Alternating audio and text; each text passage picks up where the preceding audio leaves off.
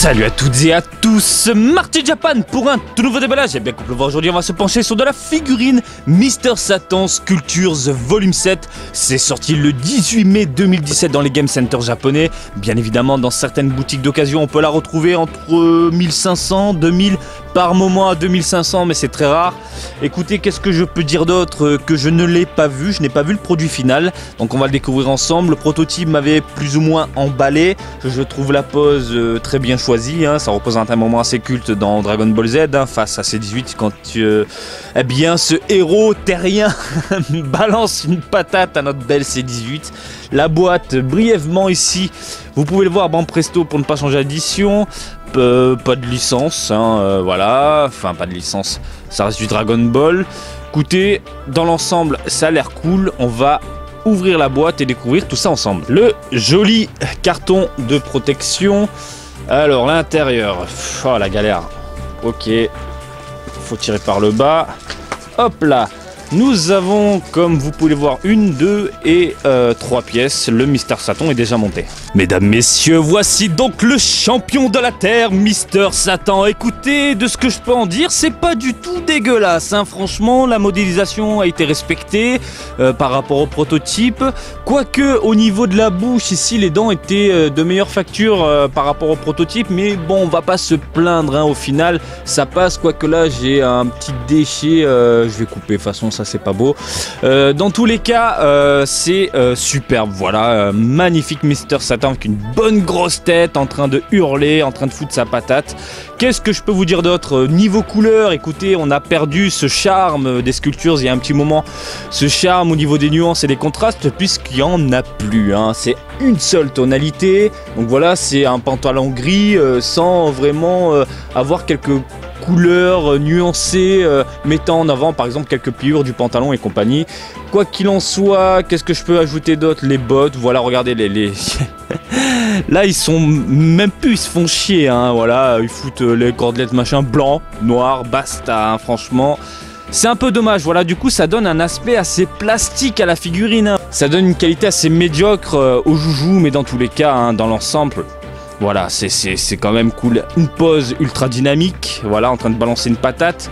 Au niveau du bras, comme vous pouvez le voir, ici on a des poils, donc ils ont foutu tout simplement des traits, hein, des traits noirs. Sur les côtés, enfin sur le dessus, pardon. Niveau de la barbichette, même chose, des petits points noirs. On a quelques détails sympathiques, comme ici, vous pouvez le voir, les veines, voilà, il a la rage, le Mr Satan, quelques veines. Par-ci par-là, un visage nickel, les cheveux, ah c'est dommage parce que le prototype, il y avait quand même de légers contrastes, voilà, mais sauf que là, voilà, ils se font pas chier les mecs. Niveau du torse, on peut le voir également, on a quelques poils qui dépassent, bref, c'est du Mr Satan, c'est vraiment cool à mettre en face d'une 7/8 je pense. Et puis voilà, donc il a un gros trou au niveau du cul, ça c'est pour le socle. En parlant du socle, il est minuscule et on peut voir le nom de la gamme au travers, voilà, ça se voit je pense à la caméra. C'est vraiment tout petit, hein, donc une petite tige emboîtée. Donc voici Mr Satan sur son socle. Petit défaut et je trouve ça assez chiant pour ma part. Regardez sur le socle, on a un Mr Satan normalement bon, qui saute, mais qui donne un coup de poing vers le bas. Ça veut dire que le visage de C18 doit être dans ces eaux-là. Imaginez la taille de la figurine là.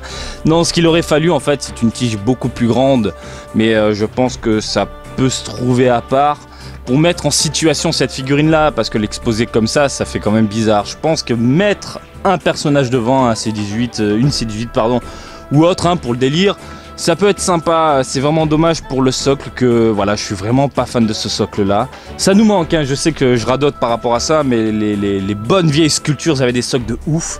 Et ça nous manque grandement. Niveau taille, socle compris, puisqu'on n'a pas le choix. Vous avez ici du entre 13 et 14 cm. Voilà, entre 13 et 14. C'est tout petit, c'est sympathique. La tige est trop basse. Du coup, le point est trop bas. Ça, c'est dommage. Mais dans l'ensemble, ça reste une excellente figurine, surtout rapport qualité-prix. Du Mister Satan, il n'y en a pas 300 000. Alors oui, nous sommes loin de la Resolution of Soldiers qui envoie du très très lourd, hein, même si la figurine a une pose plutôt basique, classique. Le Mister Satan dégage une badassitude monstrueuse, j'ai envie de dire. Là, voilà, on a un Mister Satan dynamique avec des couleurs neutres.